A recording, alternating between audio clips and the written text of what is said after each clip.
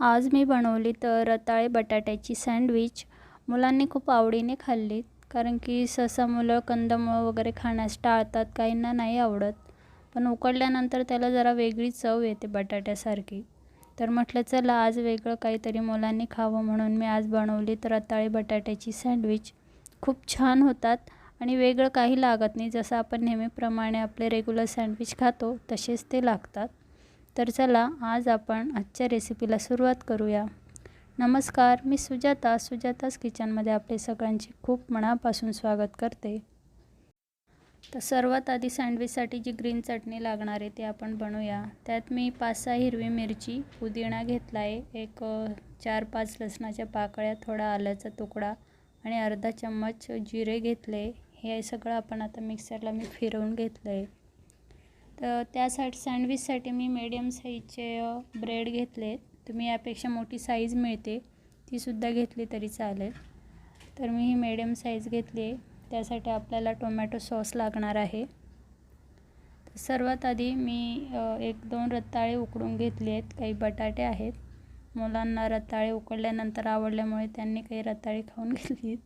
राहिली त्या रताळ्याची आपण आता सँडविच बनवूया. तर हे बटाटे मी आणि रताळे छान किसून घेणार आहे. यातले मी फक्त 2 बटाटे आणि 2 रताळी घेणार आहेत. तर नंतर मी 2 रताळे आता उकडायला टाकले आहेत. तर तोवर आपण हे बटाटे वगैरे किसून घेऊया. किसल्यामुळे काय होतं, जी बटाट्याची तुकडे राहत नाहीत आणि खातानासुद्धा मुलं मग ती बटाट्याची तुकडे बाजूला काढून ठेवत नाही. तर अशा पद्धतीने मी हे सगळे रताळी आणि बटाटे किसून घेते. आता जी मी ग्रीन चटणी बनवली होती त्यासाठी आपल्याला फक्त अर्धी पळी तेल लागणार आहे.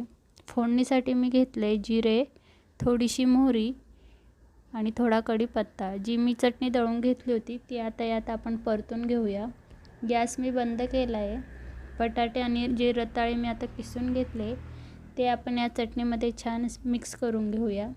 गॅस बंद करून मी कढई उतरवून घेतली खाली. आपल्याला अजिबात गॅस चालू ठेवताना हे करायचं नाही.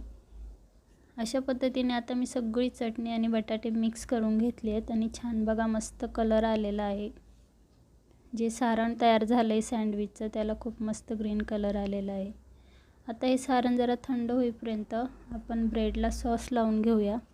तुम्हाला जर ब्रेडच्या साईडच्या कडा काढून घ्यायच्या असतील तर ते तुम्ही काढून घेऊ शकतात.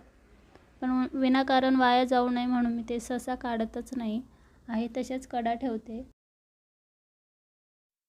टोमॅटो सॉसऐवजी तुम्ही रेड चिली सॉस देखील वापरू शकतात, पण तो जास्त तिखट असतो. तर अशा पद्धतीने मी टोमॅटो सॉस लावल्यानंतर आता जी आपण सारण तयार करून घेतले सँडविचसाठी ते आपण ब्रेडवर छान असं पसरवून लावून घेऊया कडेपर्यंत. आणि त्यावर जो ब्रेड ठेवणार आहे त्यालासुद्धा आपण टोमॅटो सॉस लावून असंच त्याच्यावर तो पालथा टाकूया. अशा पद्धतीने मी आता एक सँडविच तयार करून साईडला ठेवते. चॅनलला नवीन असाल तर सर्वात आधी चॅनलला सबस्क्राईब नक्की करा. बेल आयकॉनला क्लिक करायला विसरू नका. अशा पद्धतीने मी आता सगळ्या ब्रेडला सॉस आणि सारण भरून साईडला ठेवून घेते. हे बघा अशा प्रकारे छान सारण भरून असे प्रेस करून साईडला ठेवलेत मी. आता पॅन घेतला आहे. तुमच्याकडे जर सँडविच पॅन असेल तर त्यावर तुम्हीसुद्धा हे करू शकतात. पण एका वेळेला आपल्याला 2 ते 3 सँडविच लवकर तयार करता येतात, त्याच्यामुळे मी पॅन यूज करणार आहे. आता हे सँडविच भाजताना तुम्ही तूप किंवा बटरचा वापर देखील करू शकतात. आता मी तुपामध्ये हे छान भाजून घेणार आहे. तर एक साईड आपली छान भाजून झाली आहे. आता दुसरी साईडही छान मी आता भाजून घेते. असे छान लाईट ब्राऊन होईपर्यंत मस्त भाजायचे आहेत. आणि काय होतं, असं भाजल्यामुळे सँडविच छान कुरकुरीत आणि मऊसूत लागतात खाण्यासाठी. आता हे भाजून झाल्यानंतर आपल्याला त्याची छान ट्रायंगल साईजमध्ये द्यायची कट करून घ्यायचे आहेत. हे बघा असे छान ट्रायंगल साईजमध्ये मी आता हे कट करून घेते आणि इझी कट होतात. अशा पद्धतीने मस्त छान ग्रीन आणि रेड कॉम्बिनेशनमध्ये आजचं आपलं रताळे सँडविच तयार आहे. खूप छान झालेली आहे आजची रताळी सँडविच. आता त्यावर मी छान मस्त चीज किसून घेते आणि गरमागरम असतील तर चीज किसल्यानंतर खूप छान मेल्ट होतं आणि खाण्यासही खूप छान लागतात हे सँडविच. टेस्ट वेगळी येते जरा. तर चला, आजचं सँडविच रेसिपी तुम्हाला कशी वाटली कमेंट बॉक्समध्ये कमेंट करून नक्की कळवा. अशाच प्रकारचे आपले कुरकुरीत आणि मऊसूत रताळीची सँडविच तयार आहेत. तसं बघितलं तर आपलं सँडविचचे खूप प्रकार आहेत.